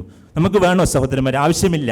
ഒരു ആക്സിഡൻറ്റ് കിട്ടിയാലേ ഞാൻ നന്നാവുള്ളൂ. വേണ്ട റബ്ബേ, വേണ്ട, ഞാൻ അനുസരിച്ചോളാം, അള്ളാഹിനെ അനുസരിച്ച് പേടിച്ച് ജീവിച്ചോളാം. ദയവ് ചെയ്ത് കുട്ടികൾക്ക് പറഞ്ഞു കൊടുക്കുക. വണ്ടി ഓടിക്കുമ്പോൾ അതിനൊരു മിതത്വം ഉണ്ടാവണം. ഇന്ന് കുട്ടികൾക്കുള്ളൊരു വേറെ ചെറിയ കുട്ടികളുടെ ഇടയിലുള്ളൊരു വലിയ അപകടമാണ് കഞ്ചാവ്, മയക്കുമരുന്നുകൾ. എനിക്ക് വല്ലാത്ത വിഷമം തോന്നി. കഴിഞ്ഞ കൊല്ലം പോലും അവിടുത്തെ ഒരു സ്കൂളിൽ കുറച്ച് കുട്ടികൾ 114 സൂറത്ത് പഠിച്ചിട്ടുണ്ട് സഹോദരൻ. ഹാഫിൽ എൻ്റെ മുമ്പിൽ വന്നിട്ട് ഒരു കഞ്ചാവ് അടിച്ചിട്ട് കൈകാൽ അവനവൻ്റെ പിടുത്തത്തില്ലാണ്ട് എനിക്ക് വല്ലാത്ത വിഷമം തോന്നി. 114 സൂറത്ത് പഠിച്ചിട്ടുണ്ട് സഹോദരന്മാരെ. പിന്നെ എന്താണ് പഠിക്കാത്തത്? സൂറത്തുൽ അൻആമിലെ 103-ാമത്തെ വചനമുണ്ട്, ലാ തുദ്രികുൽ അബ്സാർ വഹു യുദ്രികുൽ അബ്സാർ വഹുവ ലത്തീഫുൽ ഖബീർ. നിങ്ങൾ അള്ളാഹുവിനെ നിങ്ങളെ കണ്ണുകൊണ്ട് കാണാൻ പറ്റില്ല, പക്ഷെ നിങ്ങളുടെ കണ്ണുകൾ അള്ളാഹു കണ്ടെത്തുന്നുണ്ട്. മകന് പഠിപ്പിച്ചു കൊടുക്കണം, മോനെ ദുനിയാവിൽ എവിടെയാണെങ്കിലും നിന്നെ റബ്ബ് കണ്ടുകൊണ്ടിരിക്കുന്നുണ്ട്. അത് ഇന്റർനെറ്റിന് മുമ്പിലാവട്ടെ, ആരോരുമില്ലാത്തൊരു വിജനമായ സ്ഥലത്താവട്ടെ, നിന്റെ പടച്ച റബ്ബ് കാണുന്നുണ്ട്. എൻ്റെ മോൻ്റെ അടുത്തൊക്കെ ഞാൻ പറയും, മോനെ ഒരിക്കലും പോലും പരീക്ഷയിൽ കോപ്പി അടിച്ച് പാസ്സാവരുത്. പരീക്ഷയിൽ കോപ്പി അടിച്ച് പാസ്സാവേണ്ട, തോറ്റോട്ടെ, കുഴപ്പമില്ല. അന്തസ്സോട് പറയാനുള്ള കരുത്തുള്ള മാതാപിതാക്കളാവണം നമ്മൾ. കോപ്പി അടിച്ചിട്ട് വേണ്ട. നിന്റെ കണ്ണിൻ്റെ കള്ള നോട്ടമുണ്ടല്ലോ, അത് പടച്ച റബ്ബ് അറിയുന്നുണ്ടെന്നുള്ള ബോധമുണ്ടായിട്ട് മതി നിസ്കാരം തുടങ്ങാൻ. നമ്മൾ കൈ നെഞ്ചത്ത് വെക്കുന്നുണ്ട്, ഇവിടെ തന്നെ വെക്കണം, നിർബന്ധമുള്ളവരാണ്. അലീമും ബിദാത്തി സുദൂർ, ഇതിൻ്റെ ഉള്ളിലുള്ള ഹൃദയത്തിൻ്റെ വികാരം അറിയുന്ന പടച്ച റബ്ബുണ്ടെന്ന് എനിക്കും നിങ്ങൾക്ക് ബോധമില്ലെങ്കിൽ കൈ എവിടെ കെട്ടിയിട്ടും കാര്യമില്ല സഹോദരന്മാരെ. കൃത്യമായിട്ട് പടച്ച റബ്ബിനെ ബോധ്യപ്പെടുത്തണം. അള്ളാഹു മോനെ നിന്നെ കണ്ടുകൊണ്ടിരിക്കേണ്ട, കഞ്ചാവിൻ്റെ ഒന്നും അടിമയാവരുത്. ദയവ് ചെയ്ത് കുട്ടികൾക്കൊക്കെ അള്ളാഹുവിനെ കൃത്യമായിട്ട് ദൈവമാര്, ഇത് ഖുർആനിലല്ല, കേനോബിനേഷത്തിലാവട്ടെ, യോഹന്നാൻ്റെ സുവിശേഷത്തിലും എല്ലാ സ്ഥലത്തും ദൈവത്തിനെ പരിചയപ്പെടുത്തുന്ന ഇതേ പരിചയപ്പെടലാണ്. നിങ്ങളെ കണ്ണുകൊണ്ട് കാണാൻ പറ്റില്ല, പക്ഷെ നിങ്ങളുടെ നിന്റെ കണ്ണിൻ്റെ കള്ള നോട്ടം കണ്ടെത്തുന്നതാണ് നിന്റെ റബ്ബ്. കുട്ടികളെ കൃത്യമായിട്ട് പഠിപ്പിക്കുന്ന സഹോദരന്മാരെ, ഇന്ന് ലവ് അഫെയർസ് കൂടി വരികയാണ്. ലവ് അഫെയർസ് പെൺകുട്ടികൾക്കൊക്കെ സഹോദരന്മാരെ വല്ലാത്തൊരു പ്രേമത്തിൽ അങ്ങ് കുടുങ്ങുകയാണ്. എന്താ കാരണം? ഒന്നുമില്ല. എനിക്ക് എന്താണ് പ്രശ്നം? എന്തോ ഇൻഫാറ്റുവേഷൻ. കൃത്യമായിട്ട് ഇസ്ലാം മെഹ്റമാര്, നോൺ മെഹ്റമാര് കൃത്യമായിട്ട് പഠിപ്പിച്ചു. കുട്ടികൾക്ക് പഠിപ്പിച്ചു കൊടുക്കണം. നമ്മൾ നിങ്ങളുടെ വീട്ടിലെ ആങ്ങള പെങ്ങള പോലെ അല്ല മോനെ സ്കൂളിലുള്ള ഫ്രണ്ട്സ്. അത് വേറെ അന്യ പുരുഷനും അന്യ സ്ത്രീയാണ്. ഒരു പുരുഷനും സ്ത്രീയും ഒറ്റയ്ക്ക് ഒരിക്കലും ആവരുത്. അവിടെ മൂന്നാമത്തെ പിശാച് ഇടപെടും. ഒറ്റയ്ക്ക് എന്നുള്ളത് ആദ്യം മെസ്സേജിൽ തുടങ്ങും. എൻ്റെ മൊബൈലും മറ്റേ സ്ത്രീയുടെ മൊബൈൽ, ആദ്യം മെസ്സേജ്, പിന്നെ നോട്ടം, പിന്നെ ഫോൺ വിളി, പിന്നെ കണ്ടുമുട്ടൽ, പിന്നെ അതാ ഒളിച്ചു ഓടിപ്പോകുന്നു. ഇതൊരു സുപ്രഭാതത്തിലല്ല സഹോദരന്മാരെ ലവ് അഫെയർസ് ഒന്നും ഉണ്ടാവുന്നത്. വലിയ അപകടമാണ്, എത്രയോ ഒരു വലിയ അപകടങ്ങൾ. ഇതിന് പ്രധാനപ്പെട്ട കാരണം എനിക്ക് പറയാനുള്ളത് മാതാപിതാക്കളാണ്. നമ്മൾ ശ്രദ്ധിക്കണം. ഇന്ന് വേറെ എൻ്റെ യുവാക്കളോട് എനിക്ക് പറയാനുള്ളത്, ചെറിയ കുട്ടികൾക്ക് ഇന്ന് ഏറ്റവും വലിയ ജിഹാദ് എന്താ ചോദിച്ചാൽ സ്വന്തം കണ്ണുകളുടെ ദൃഷ്ടി താത്താനുള്ളതാണ്. ISIS-ഉം യുദ്ധങ്ങളും ഒന്നുമല്ല ജിഹാദ്. ഏറ്റവും വലിയ ജിഹാദ് എന്താ? യുവാക്കൾക്ക് പ്രത്യേകിച്ച് ചോദിച്ചാൽ കണ്ണുകൾ ദൃഷ്ടി താഴ്ത്തണം. അത്രയും അപകടം, അത്രയും മോശപ്പെട്ട സമൂഹത്തിൽ, ലോകത്തിലാണ് നമ്മുടെ കുട്ടികൾ ജീവിക്കുന്നത്. പണ്ട് യൂസുഫ് നബി അലൈഹി സ്വലാത്തു വസ്സലാമിൻ്റെ ചരിത്രം നിങ്ങൾക്കറിയാം. ബാക്കിൽ നിന്നാണ് പിടിച്ചത് രാജ്ഞി. ഇന്ന് കുട്ടികളുടെ വിരൽ തുമ്പുകൾ മുമ്പിലാണ് സഹോദരന്മാർ എല്ലാ വൃത്തികേടുകളും. ഒരു TV ഉണ്ടായിട്ടൊന്നും കാര്യമൊന്നുമില്ല. മൊബൈലിൽ എല്ലാ സാധനവും ഉണ്ട്. യൂട്യൂബ് എന്തും കിട്ടും. യൂട്യൂബ് ലോകത്തിൽ കാണാൻ പറ്റാത്ത എല്ലാം കാണും. ഞാൻ ഈ സദസ്സിന് മുമ്പിൽ പറയാൻ പറ്റാത്ത വാക്കാണ് എനിക്കല്ല, പക്ഷെ ക്ഷമിക്കണം.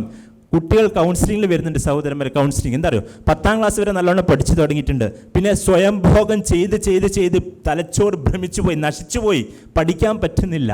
നിങ്ങൾ ആലോചിച്ച് സഹോദരന്മാർ, ആലോചിച്ച് സഹോദരന്മാരെ, വൃത്തികേടുകൾ കണ്ട് കുട്ടികൾ, ഞാൻ ഒരുപാട് സ്ഥലത്ത് ക്ലാസ്സൊക്കെ എടുക്കാൻ പോകുന്നുണ്ട്, കൗൺസിലിങ്ങിൽ പോകുന്നുണ്ട്. അപ്പം കുട്ടികൾക്കൊക്കെ തുറന്ന് ഒരു മണിക്കൂർ ക്ലാസ് എടുക്കുന്നത് എൻ്റെ അടുത്ത് പലതും പറയും. കുട്ടികൾ പറഞ്ഞ കുറേ കാര്യങ്ങൾ, നിർദ്ദേശങ്ങൾ എന്താ? ഒന്ന്, ഒറ്റപ്പെടരുത് കുട്ടികളെ. നമ്മുടെ മക്കളെ ഒറ്റക്കാക്കരുത്. ഒരു റൂമിൻ്റെ ഉള്ളിൽ ഒറ്റയ്ക്ക് കമ്പ്യൂട്ടർ കൊടുക്കരുത്. എല്ലാവരും കാണുന്ന സ്ഥലത്ത് ഡൈനിങ് ഹാളിൽ വെച്ചാൽ മതി കമ്പ്യൂട്ടർ. കുട്ടികൾ എല്ലാവരും പറഞ്ഞ ഒരൊറ്റ വാക്ക് എന്താ അറിയോ? മാതാപിതാക്കൾ എനിക്ക് ഏറ്റവും ബെസ്റ്റ് ഫ്രണ്ട്സായില്ല. ഇങ്ങനെ ആലോചിച്ച് നോക്കെ. നമ്മൾ കുട്ടികളുടെ കൂടെ ജീവിക്കണം, കൂടെ ഭക്ഷണം കഴിക്കണം, കൂടെ പള്ളിയിൽ പോകണം, കൂടെ ഉംറക്ക് പോകണം. കുട്ടികൾ ഓരോ നിമിഷം ശ്രദ്ധിച്ച് നോക്കണം സഹോദരന്മാർ. അത്രയും വൃത്തികെട്ടൊരു ലോകമാണ്. ദയവ് ചെയ്ത് ശ്രദ്ധിക്കുക.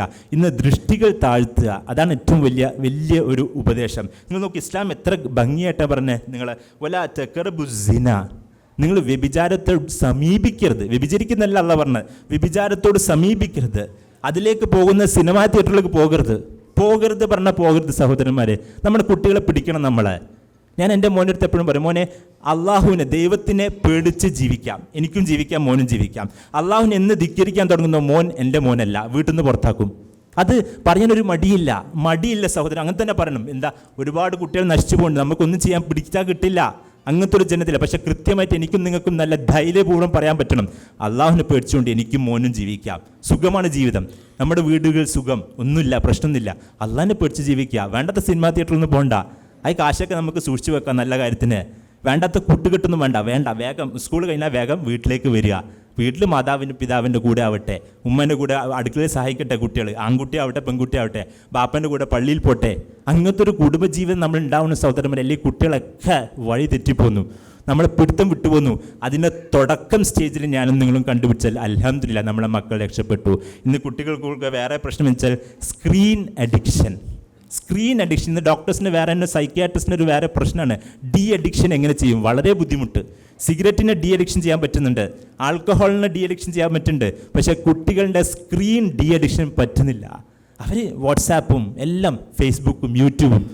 ഇന്ന് എന്ത് സാധനം യൂട്യൂബിൽ ഇട്ടിട്ട് എത്ര ലൈക്ക് കിട്ടി, ഇതാണ് പ്രശ്നം. എത്ര ലൈക്ക് കുട്ടികൾക്ക്. ഞാൻ പറഞ്ഞ മുന്നേ, എത്ര ലൈക്ക് കിട്ടുന്നല്ല പ്രാധാന്യം, എന്നെ സൃഷ്ടിച്ച സൃഷ്ടാവ് എന്നെ നിങ്ങൾ ലൈക്ക് ചെയ്യുന്നുണ്ടോ നോക്ക്. ഫേസ്ബുക്ക് എത്ര ഫ്രണ്ട്സ് ഉണ്ട്, ഭയങ്കര വിരോധാഭാസമാണ്.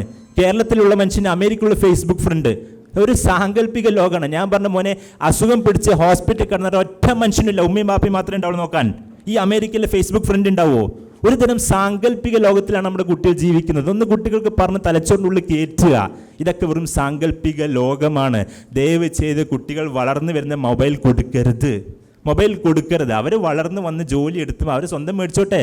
നമ്മുടെയൊക്കെ മൊബൈൽ ഇല്ലാതാണല്ലോ 10-25 കൊല്ലം കഴിഞ്ഞത്. നമ്മുടെ ബാപ്പമാർ മൊബൈലൊന്നും ഇല്ലാതെ പക്വതയുള്ള മനുഷ്യന്മാരാ, കൃത്യനിഷ്ഠയുള്ള മനുഷ്യന്മാരാ. അവർ 9 മണിക്ക് എത്തും പറഞ്ഞാൽ 9 മണിക്ക് എത്തും. നമ്മളെങ്ങനെയാ 9 മണിക്ക് കൊയിലാണ്ടി ആയിരിക്കും, 9 മണിക്ക് എൻ്റെ അവിടെ നിന്ന് പറഞ്ഞാൽ കോഴിക്കോട് എത്തി പറയും, പച്ച കളവ് പറയും. വല്ലാത്തൊരു ഒരു കൾച്ചറിലേക്ക് നമ്മളൊന്ന് മാറണം. നമ്മുടെ ജീവിതം അറ്റ്ലീസ്റ്റ് എനിക്കും നിങ്ങൾക്കും ചെയ്യാൻ പറ്റിയത്, ഇവിടെ ഇരിക്കുന്ന നമ്മുടെ കുടുംബം മാറും, വീട് മസ്കിനുണ്ടാവും, സമാധാനം ഉണ്ടാവും, സന്തോഷം ഉണ്ടാവും. അവിടെ അള്ളാഹിൻ്റെ ഒരുപാട് അനുഗ്രഹങ്ങൾ ഉണ്ടാവും.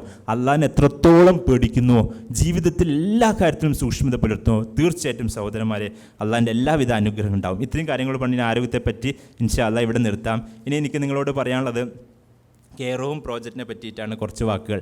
ഞാൻ ഏകദേശം 1994 കോഴിക്കോട് മെഡിക്കൽ കോളേജിൽ പ്രവേശിക്കുന്നത്. അവിടുന്ന് MBBS MD ഒക്കെ എടുത്ത് എൻ്റെ ജീവിതത്തിലെ അഭിലാഷമാണ് കോഴിക്കോട് മെഡിക്കൽ കോളേജിൽ ജോലി ചെയ്യണം. അവിടുന്ന് ഇൻഷാ അല്ലാഹ് മരണം വരെ അവിടെ തന്നെ ജോലി ചെയ്ത് റിട്ടയർ ചെയ്യണമെന്നുള്ള നിയത്തോടെയാണ്. അവിടെ 2004 കയറിയപ്പോൾ അവിടെ ഒരുപാട് രോഗികളെ കണ്ട് ജീവിതം വല്ലാത്തൊരു വിഷമിച്ചിരിക്കുന്നൊരു വ്യക്തിയാണ്. അതുകൊണ്ട് തന്നെ എനിക്ക് അള്ളാൻ്റെ അടുത്ത് ആകെ ചോദിക്കാനുള്ളത്, എനിക്ക് ഒരു 2 കൊല്ലം 3 കൊല്ലമൊക്കെ കൂടുമ്പോൾ ഒന്ന് ഉംറ ചെയ്യണം പടച്ചോനെ. ഒന്നുമില്ല, വെറും ജീവിതത്തിൽ വെറും നിസ്കാരം പേഷ്യൻസൊക്കെ ആയിട്ട് കണ്ട് ഒരു വല്ലാത്തൊരു മാനസിക വിഷമത്തിലാണ് സഹോദരന്മാർ. വല നബ്ലുവന്നകും ബിശൈഇൻ മിനൽ ഖൗഫി വൽ ജൂഇ വനക്സി മിനൽ അംവാലി വൽ അൻഫുസി വസ്സമറാത്ത്. അല്ലാഹു പറഞ്ഞു, നിങ്ങളെ ഭയം കൊണ്ട്, പട്ടിണി കൊണ്ട്, വിഭവ നഷ്ടം കൊണ്ട്, എല്ലാം മനുഷ്യൻ്റെ മരണം കൊണ്ട്, എല്ലാം കൊണ്ടും നിങ്ങളെ പരീക്ഷിക്കുന്നതായിരിക്കും.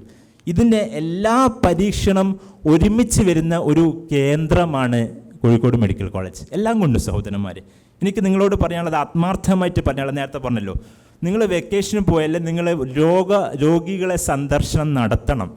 IS മെഡിക്കലിനെ എനിക്ക് 94 തൊട്ട് അറിയുന്നതാണ് ഹെൽപ്പിംഗ് ഹാൻഡ്സ് എന്ന് പറയുന്നത്. അവർ അന്ന് തൊട്ട് രോഗ സന്ദർശനം നടത്തുന്നുണ്ട്.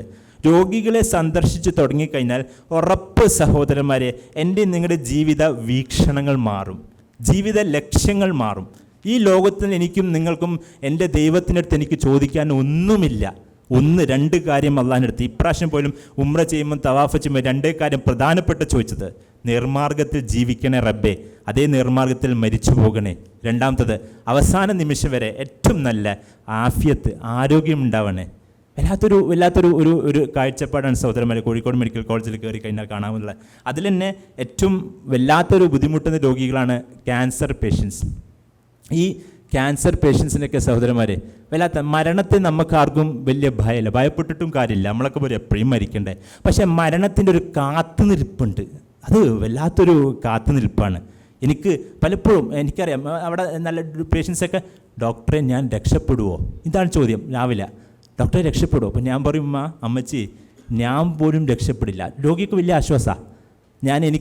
ഞാൻ സത്യം പറയുന്നത് വെറുതെ നിങ്ങളെ പ്രസംഗത്തിന് ഒരു മാധുര്യം കൂട്ടാൻ വേണ്ടി പറയില്ല, അള്ളാഹുവാണ് സത്യം. പേഷ്യൻസിൻ്റെ മുമ്പിൽ ചിലപ്പോൾ കാല് വിറക്കാറുണ്ട്. ഒന്നുമില്ല. എന്തുകൊണ്ട് വെച്ചാൽ അവർ ഇത്രയും നിസ്സഹായമായിട്ട് കരിഞ്ഞ് എൻ്റെ അടുത്ത് ചോദിക്കുമ്പോൾ എനിക്ക് പറയും, പഠിച്ചോനെ ഇത് എൻ്റെ അടുത്തല്ല പറയേണ്ടത്. നമ്മൾ ആരും തന്നെ ഞാൻ എപ്പോഴും പറയും, പഠിച്ചോനെ നിസ്സഹായമായ കരിച്ചൽ ഇത് എൻ്റെ സൃഷ്ടാവിനോട് മാത്രമേ ആവാൻ പാടുള്ളൂ റബ്ബേ. ദുനിയാവിൽ ഒരു മനുഷ്യന് മുമ്പിൽ എൻ്റെ ഇത്രമാത്രം നിസ്സഹായമായ കരുച്ചൽ ആരോടുണ്ടാവരുത് റബ്ബേ, എൻ്റെ സൃഷ്ടാവിന് മുമ്പിൽ മാത്രമേ ആവണമെന്ന് ആത്മാർത്ഥമായി പ്രാർത്ഥിക്കുന്ന വ്യക്തിയാണ്. അങ്ങനത്തെ ദിവസം പാവങ്ങൾ രോഗികൾ കരിഞ്ഞുകൊണ്ട് പറയും. എനിക്ക് ഒരു മുഹമ്മദ് നബി സ്വല്ലല്ലാഹു അലൈഹി വസല്ലം ഖുദ്സി ഹദീസിലുണ്ട്, നീ രോഗിയായപ്പോൾ എന്നെ സന്ദർശിച്ചില്ലല്ലോ. അള്ളാഹു ചോദിക്കുന്ന ചോദ്യം നാളെ പരലോകത്ത്, നീ ഞാൻ രോഗിയായപ്പോൾ നീ എന്നെ സന്ദർശിച്ചില്ലല്ലോ. അപ്പോൾ അള്ളാഹു സുബ്ഹാനഹു വ തആല പറയും, അല്ല ബാക്കി അടിമകൾ ചോദിക്കും, അള്ളാഹു രോഗിയായവേ, അത് ഒരു ആലങ്കാരികമായ പ്രയോഗത്തിൽ പറഞ്ഞതാ, നിനക്ക് ഇന്ന രോഗിയെ സന്ദർശിക്കാൻ നിനക്ക് എന്നെ അവിടെ കാണാമായിരുന്നു. ആലോചിക്ക് സഹോദരന്മാരെ, പടച്ചറപ്പാണ് സത്യം. കൃത്യമായിട്ടുള്ള ദൈവത്തിൻ്റെ ബോധം നിങ്ങൾക്ക് കോഴിക്കോട് മെഡിക്കൽ കോളേജിൽ വന്നാൽ വരും. എന്തുകൊണ്ടാ വെച്ചാൽ അവിടെ രാമനാവട്ടെ, ജോസഫ് ആവട്ടെ, മുഹമ്മദ് ആവട്ടെ, ദുനിയാവിൽ ഏതു മനുഷ്യനാവട്ടെ, അവസാന നിമിഷം ഏറ്റവും വലിയ അഹങ്കാരിയായ ഫിർഔൻ ആവട്ടെ, മരണത്തിന് മുമ്പിൽ ഒറ്റ ദൈവത്തിലേക്ക് വിളിക്കും, ദൈവമേ, ഈശ്വര, നീ കാക്കണേ. ദയവ് ചെയ്ത് നിങ്ങളൊന്ന് വന്നു നോക്കണം. അത്രമാത്രം ബുദ്ധിമുട്ടുന്ന രോഗികളാണ്. ആ ഈ രോഗികളെ സഹായിച്ചാൽ തീർച്ചയായിട്ടും സഹോദരന്മാരെ, എന്നെയും നിങ്ങളെയും പടച്ചറബ് കാക്കും. എനിക്കറിയാം, ഒരുപാട് ഒരു രോഗി നമ്മൾ ഈ ISM മെഡിക്കലിലൂടെ നമ്മൾ ഒരു 4 ലക്ഷം നമ്മൾ പൈസ ഉണ്ടാക്കി കൊടുത്തു ക്യാൻസർ പേഷ്യൻസിന്. അത് ചികിത്സിച്ച് അദ്ദേഹം എൻ്റെ റൂമിൽ പോയിട്ട് എൻ്റെ അടുത്ത് കരഞ്ഞിട്ട് നന്ദി പറയുക. എൻ്റെ കാലിലേക്ക് ഞാൻ പറഞ്ഞു, ദയവ് ചെയ്താവരുത്, ദൈവമാണ് ഞാൻ, എല്ലാ എൻ്റെ അടുത്തൊന്നും ചെയ്യണം, ഞാനൊരു വെറും ഇടയാളൻ മാത്രം. ഈ സമ്പത്ത് നൽകിയ ഒരുപാട് പേരുണ്ട്, അവർക്ക് നിങ്ങൾ പ്രാർത്ഥിക്കുക. ഉറപ്പ് സഹോദരന്മാരെ, മർദ്ദിതൻ്റെയും അള്ളാഹുവിൻ്റെ ഇടയിൽ ഒരു മറയില്ല, ഒരു രോഗിയുടെയും അള്ളാഹുവിൻ്റെ ഇടയിൽ ഒരു മറയില്ല. അവരുടെ പ്രാർത്ഥന നേരിട്ട് അള്ളാഹു കേൾക്കും. അത് ആരും പ്രാർത്ഥിച്ചോട്ടെ, അത് രാമനാവട്ടെ, ജോസഫ് ആവട്ടെ, എല്ലാവരും പ്രാർത്ഥിക്കുന്നത് റബ്ബിൻ്റെ അടുത്ത്, സൃഷ്ടാവിൻ്റെ അടുത്ത്, ഈശ്വരൻ്റെ അടുത്ത്, സർവേശ്വരൻ്റെ അടുത്ത്, ദൈവമേ, എനിക്ക് ഈ സമ്പത്ത് നൽകിയ, എന്നെ സഹായിച്ച മനുഷ്യനെ ദൈവമേ നീ കാക്കണേ.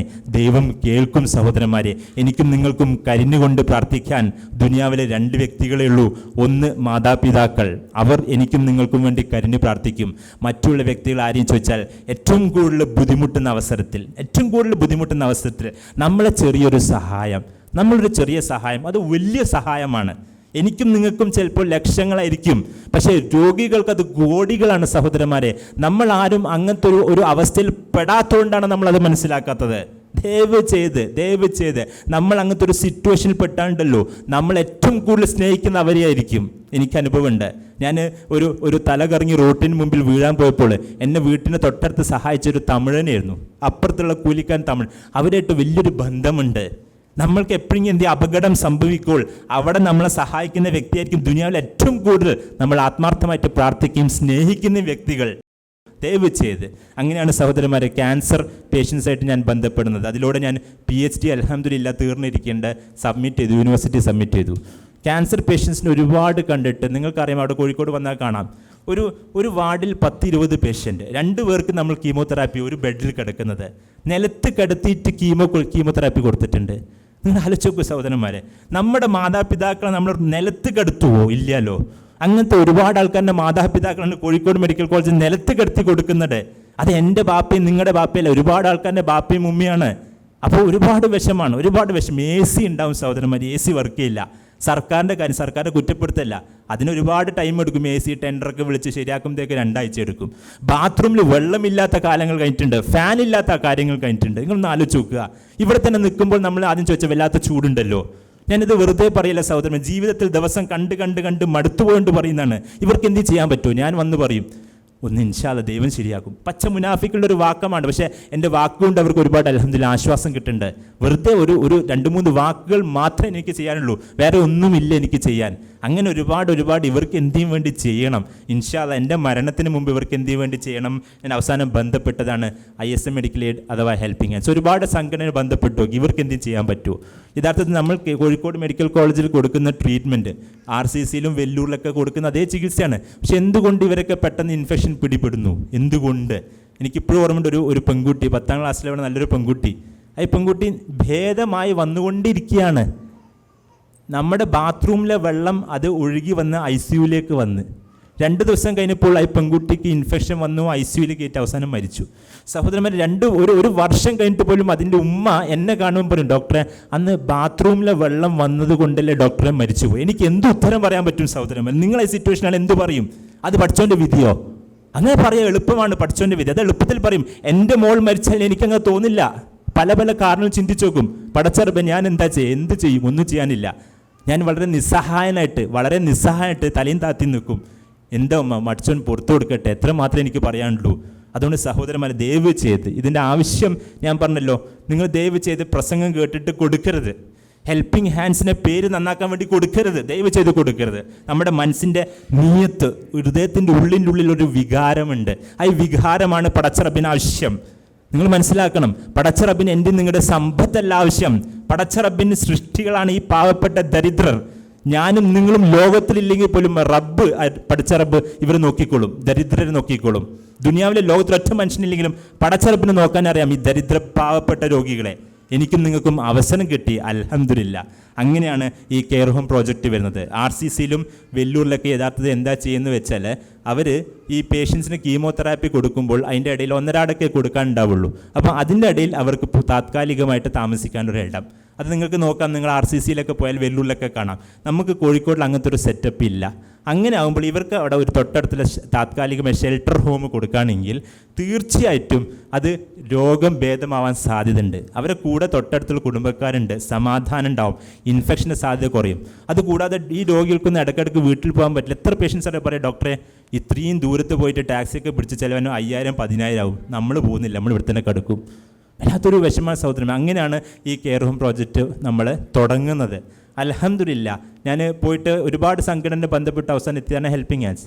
അവരുടെ ഒരു പ്രത്യേകത ഒരു 2-3 ഗുണങ്ങളുണ്ട് സഹോദരൻ. ഒന്ന്, അവരെ നിഷ്കളങ്കമായ നീയത്ത്. പടച്ച റബ്ബാണ്. ഞാനിതിപ്പം ഏതൊരു വ്യക്തിയെ പേരെടുത്ത് ഞാൻ പറയാൻ ഉദ്ദേശിക്കുന്നില്ല. എല്ലാവരും അവരാരും അവരുടെ ഇഹലോകത്തിന് വേണ്ടി ഒന്നും ചെയ്യുന്നില്ല. എനിക്ക് 94 തൊട്ട് കാണുന്നതാണ്. എല്ലാം അവർ മരിച്ചു കഴിഞ്ഞാൽ അവരുടെ ഖബറിൽ എത്തും, ഉറപ്പ്. നമുക്ക് എത്തണം സഹോദരന്മാർ. നാളെ മരിച്ചു കഴിഞ്ഞാൽ എൻ്റെ ഈ പ്രവർത്തനം കൊണ്ട് മാത്രം എനിക്കും നിങ്ങൾക്ക് സ്വർഗം കിട്ടില്ല. 3 കാര്യങ്ങളുണ്ട്. സദഖത്തുൽ ജാരിയ, 1 സ്വാലിഹായ സന്താനം, ഉപകാരപ്രദമായ വിജ്ഞാനം.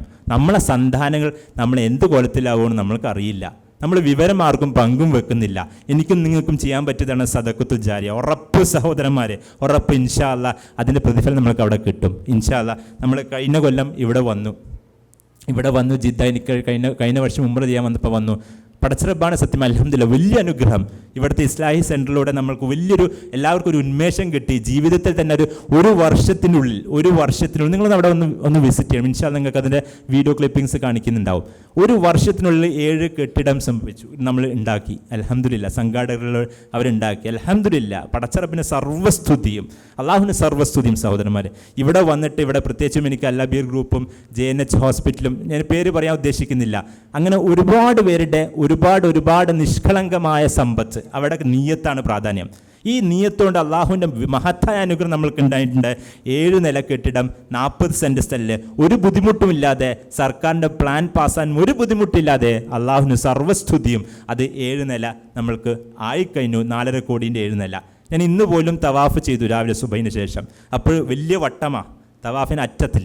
അപ്പോൾ ഓരോ വട്ടത്തിനും ഓരോ കാര്യം വേണ്ട തേടുക.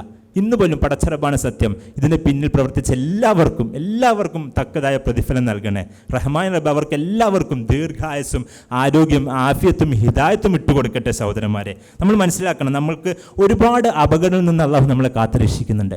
നമ്മൾ വിചാരിക്കും നമുക്ക് കൂടുതൽ സമ്പത്ത് ഉണ്ടാകുന്നില്ല. എല്ലാ സഹോദരന്മാരെ, ഉണ്ടാക്കിയ സമ്പത്ത് അള്ളാഹു അവിടെ സംരക്ഷിച്ച് വെക്കുന്നുണ്ട്.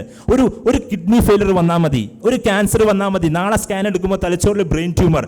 കോടികൾ ഉണ്ടായിട്ടും കാര്യമില്ല. അള്ളാഹ് ഒറ്റ നിമിഷം കൊണ്ട് ആ കോടികളെ പാപ്പറാക്കാൻ പറ്റും. ഉറപ്പ് സഹോദരന്മാരെ, അതെല്ലാം അള്ളാഹു എന്നെയും നിങ്ങളെ കാത്ത് സംരക്ഷിക്കേണ്ടത്. അത് എവിടേക്കോ കിടക്കുന്ന ദുആകളാണ്, എവിടെയോ കിടക്കുന്ന കണ്ണീരൊപ്പിയതായിരിക്കും സഹോദരന്മാരെ. ഉറപ്പ്. അൽഹംദുലില്ലാ, 4.5 കോടിൻ്റെ സ്ഥാനം, 4.5 കോടിൻ്റെ ബിൽഡിംഗ് സ്ട്രക്ചർ അൽഹംദുലില്ലാ ആയിട്ടുണ്ട്. എനിക്ക് നിങ്ങളോട് പറയാനുള്ളത്, നമ്മൾ ഓരോരോ പ്രോജക്റ്റ് ചെയ്യുമ്പോൾ നമ്മുടെ ഉള്ളിലുണ്ടാവേണ്ട 2 വികാരങ്ങളുണ്ട്. ഒന്ന്, നമ്മൾ എന്തൊക്കെയോ ചെയ്ത് ഇങ്ങനെ തോന്നേണ്ട ആവശ്യമൊന്നുമില്ല സഹോദരന്മാരെ. ഞാൻ പറഞ്ഞല്ലോ, ഈ പാവപ്പെട്ട സൃഷ്ടിച്ച സൃഷ്ടാവിന് എളുപ്പമാണ്. മറിച്ച് നമ്മൾ ചിന്തിക്കേണ്ടത്, ഈ ഒരു സൽക്കർമ്മം ചെയ്യാൻ ഭാഗ്യം ലഭിച്ചു, അൽഹംദുലില്ലാ. ഈ ഒരു സൽക്കർമ്മം എനിക്കും നിങ്ങൾക്കും ജിദ്ദ ഇസ്ലാഹി സെൻറ്ററിന് ചെയ്യാൻ ലഭിച്ചതിന് അള്ളാഹുവിനെ സ്തുതിക്കുക. അള്ളാഹു ആ ദൗത്യം എനിക്കും നിങ്ങൾക്കും ഏൽപ്പിച്ച്. 2ാമത്തെ വികാരം ഉണ്ടാവേണ്ടത്, ആത്മാർത്ഥമായിട്ട് നിഷ്കളങ്കമായിട്ട് പ്രാർത്ഥിക്കുക. പടച്ചറബ്ബേ നീ സ്വീകരിക്കണേ, പടച്ചറബ്ബേ നീ ഇത് സ്വീകരിക്കണേ. ഏറ്റവും വലിയ സുഹൃത്തായ ഖലീലുല്ലാ ഇബ്രാഹിം നബി അലൈഹി സ്വലാത്തു വസ്സലാം ഏറ്റവും അവസാനം പ്രാർത്ഥിച്ച റബ്ബന തഖബ്ബൽ മിന്ന ഇന്നക അൻത സമീഉൽ അലീം വതുബ് അലൈനാ ഇന്നക അൻത തവ്വാബുർ റഹീം ഇന്നമാ യതഖബ്ബലുല്ലാഹു മിനൽ മുത്തഖീൻ. അള്ളാഹുവിനെ ഭയപ്പെടുന്നവരിൽ നിന്ന് മാത്രമേ അള്ളാഹു സ്വീകരിക്കുള്ളൂ. ആദം നബീൻ്റെ 2 മക്കളുടെ കഥ നിങ്ങൾക്കറിയാം. ഹാബിൽ നിന്ന് സ്വീകരിച്ചു, മറ്റേ മനുഷ്യനടുത്ത് സ്വീകരിച്ചില്ല. അതുകൊണ്ട് അള്ളാഹു ഇത് സ്വീകരിച്ചിട്ടുണ്ടോ, ഇത് എൻ്റെ രേഖ പുസ്തകത്തിൽ, വലത്തെ പുസ്തകത്തിൽ എഴുതി വെച്ചിട്ടുണ്ടോ? അറിയില്ല സഹോദരന്മാരെ. ലക്ഷങ്ങൾ കൊടുത്താലും പടച്ചോൻ സ്വീകരിച്ചെങ്കിൽ അത് നശിച്ചു പോകും. അതുകൊണ്ട് അള്ളാഹു നമ്മളെല്ലാവരിൽ നിന്നും സ്വീകരിക്കുമാറാകട്ടെ. സഹോദരന്മാരെ, ആത്മാർത്ഥമായിട്ട് പ്രാർത്ഥിക്കുക. പടച്ച റബ്ബ് ഇവിടെ നൽകിയ എല്ലാ സമ്പത്തും ഇത് അള്ളാഹു സ്വീകരിച്ച് അവർക്ക് ഒരുപാട് നേമത്തും ബർക്കത്തും നൽകി അനുഗ്രഹിക്കുമാറാകട്ടെ. ഇനിയും ബിൽഡിങ്ങിൻ്റെ ആവശ്യത്തിന് 4.5 കോടി ചിലവ് ബിൽഡിംഗ് കംപ്ലീഷനും 2 കോടി വേറെ ഫർണിച്ചറിനും ആവശ്യമുണ്ട്. അതുകൂടാതെ ഓരോ മാസം 10 ലക്ഷം രൂപ വരുമെന്നാണ് സംഘാടകർ പറഞ്ഞത്. ഞാൻ പറഞ്ഞത് അത് കേൾക്കുമ്പോൾ പെട്ടെന്ന് നെട്ടുണ്ട്. അള്ളാഹുവാണ് ഇത്രയും നേരം എത്തിച്ചത്, അതേ അള്ളാഹു അങ്ങോട്ട് മുന്നോട്ട് കൊണ്ടുപോയിക്കോളും. 10 ലക്ഷം കേൾക്കുമ്പോൾ നെട്ടണ്ട. 500 പേര് വെച്ച് 2000 രൂപ ചെലവഴിച്ചാൽ മതി മാസം. നമുക്ക് മാറ്റിവെക്കാൻ പറ്റണം. നമ്മൾ ഫോൺ ബിൽ, നമ്മുടെ വീട്, നമ്മുടെ ഡ്രസ്സുകൾ, നമ്മൾ കഴിക്കുന്ന ഭക്ഷണങ്ങൾ, ഇതൊക്കെ എത്ര നമ്മൾ മാസം ചെലവഴിക്കേണ്ടത്? ഒരു 2000-3000 നമ്മൾ ഓരോരുത്തരും മാറ്റി വെച്ചാൽ ഇൻഷാ അല്ലാ ഇത് ജീവിതം, അവിടെ എത്രത്തോളം ബിൽഡിംഗ് ഉണ്ടോ, എത്രത്തോളം കാലം മെഡിക്കൽ കോളേജ് ഉണ്ടോ, ഇത് ഭംഗിയായിട്ട് നടന്നു പോകും ഇൻഷാ അല്ലാ. 100% വിശ്വാസമുണ്ട് സഹോദരന്മാരെ. ഞാൻ ഒരു ഡോക്ടറായി കൊണ്ടല്ല പറഞ്ഞ, ഒരു വിശ്വാസിയായിക്കൊണ്ട് എനിക്ക് ഏറ്റവും കൂടുതൽ വിശ്വാസം എൻ്റെ ദുആയിലാണ്. ഒരു ദിവസം പോലും കെയർ ഹോമിന് ദുആയിരിക്കാത്ത ദിവസം കണ്ടിട്ടില്ല. ഇപ്പോഴും പോലും ഞാൻ ദുആയിരിക്കുന്നുണ്ട്. ഉറപ്പാണ് സഹോദരൻ, എനിക്ക് നിങ്ങളോട് പറയാനുള്ളത്, ആത്മാർത്ഥമായിട്ട് നിഷ്കളങ്കമായിട്ട് നിങ്ങളുടെ ദുആകളിൽ ഉൾപ്പെടുത്തുക. അള്ളാഹു എളുപ്പമാക്കി തരും. അവസാനം ഒരു ഹദീസും കൂടി പറഞ്ഞ് ഞാൻ വാക്കുകൾ നിർത്താം. ഏറ്റവും നല്ല മനുഷ്യനാരാണെന്ന് മുഹമ്മദ് നബി സ്വല്ലല്ലാഹു അലൈഹി വസല്ലം ചോദിച്ചപ്പോൾ നബി എന്താ പറഞ്ഞത്? ഏറ്റവും കൂടുതൽ മനുഷ്യൻ ഏറ്റവും കൂടുതൽ ഉപകാരം ചെയ്യുന്നവരാരോ അവരാണ് ഏറ്റവും നല്ല മനുഷ്യൻ. അവരാണ് കുന്തും ഖൈറ ഉമ്മ ഉഖ്രിജത് ലിന്നാസ്. ഏറ്റവും നല്ല മനുഷ്യൻ അവരാണ് സഹോദരന്മാരെ. അള്ളാഹു അങ്ങനത്തെ ഏറ്റവും നല്ല മനുഷ്യന്മാരെ നമ്മൾ ഓരോരുത്തരെയും ഉൾപ്പെടുത്തി അനുഗ്രഹിക്കുമാറാകട്ടെ. റഹ്മാനെ റബ്ബ് എല്ലാവരും എല്ലാവിധ അപകടങ്ങളിൽ നിന്നും, എല്ലാവിധ രോഗങ്ങളിൽ നിന്നും, എല്ലാവിധ ക്യാൻസറിൽ നിന്നും, എല്ലാവിധ ഫിത്നിൽ നിന്നും കാത്തു രക്ഷിക്കുമാറാകട്ടെ. റഹ്മാനെ റബ്ബ് നമുക്ക് എല്ലാവർക്കും മരണം വരെ ഏറ്റവും നല്ല ആഫിയത്ത് നൽകി അനുഗ്രഹിക്കുമാറാകട്ടെ. മരിക്കുമ്പോൾ ഏറ്റവും നല്ല ഈമാൻ്റെ അവസ്ഥയിൽ മരിക്കാനുള്ള തൗഫീക്ക് നൽകി അനുഗ്രഹിക്കുമാറാകട്ടെ. റഹ്മാനായ റബ്ബ് നമ്മുടെ എല്ലാ സൽക്കർമ്മങ്ങളും സ്വീകരിക്കുമാറാകട്ടെ. റഹ്മാനായ റബ്ബ് നമ്മുടെ എല്ലാ പാപങ്ങളും പുറത്തു മാപ്പാക്കി തരുമാറാകട്ടെ. റബ്ബന ളലംന അൻഫുസന വ ഇല്ലൻ തഗ്ഫിർ ലനാ വ തർഹംനാ ലനകൂനന മിനൽ ഖാസിരീൻ. റബ്ബന ആതിനാ ഫിദ് ദുനിയ ഹസന വ ഫിൽ ആഖിറതി ഹസനതൻ വ ഖിനാ അദാബന്നാർ. റബ്ബന തഖബ്ബൽ മിന്നാ ഇന്നക അൻതസ് സമീഉൽ അലീം വതുബ് അലൈനാ ഇന്നക അൻതത് തവ്വാബുർ റഹീം. വ ആഖിറു ദഅവാനാ അനിൽ ഹംദുലില്ലാഹി റബ്ബിൽ ആലമീൻ. അസ്സലാമു അലൈക്കും വറഹ്മത്തുള്ളാഹി വബറകാതുഹു.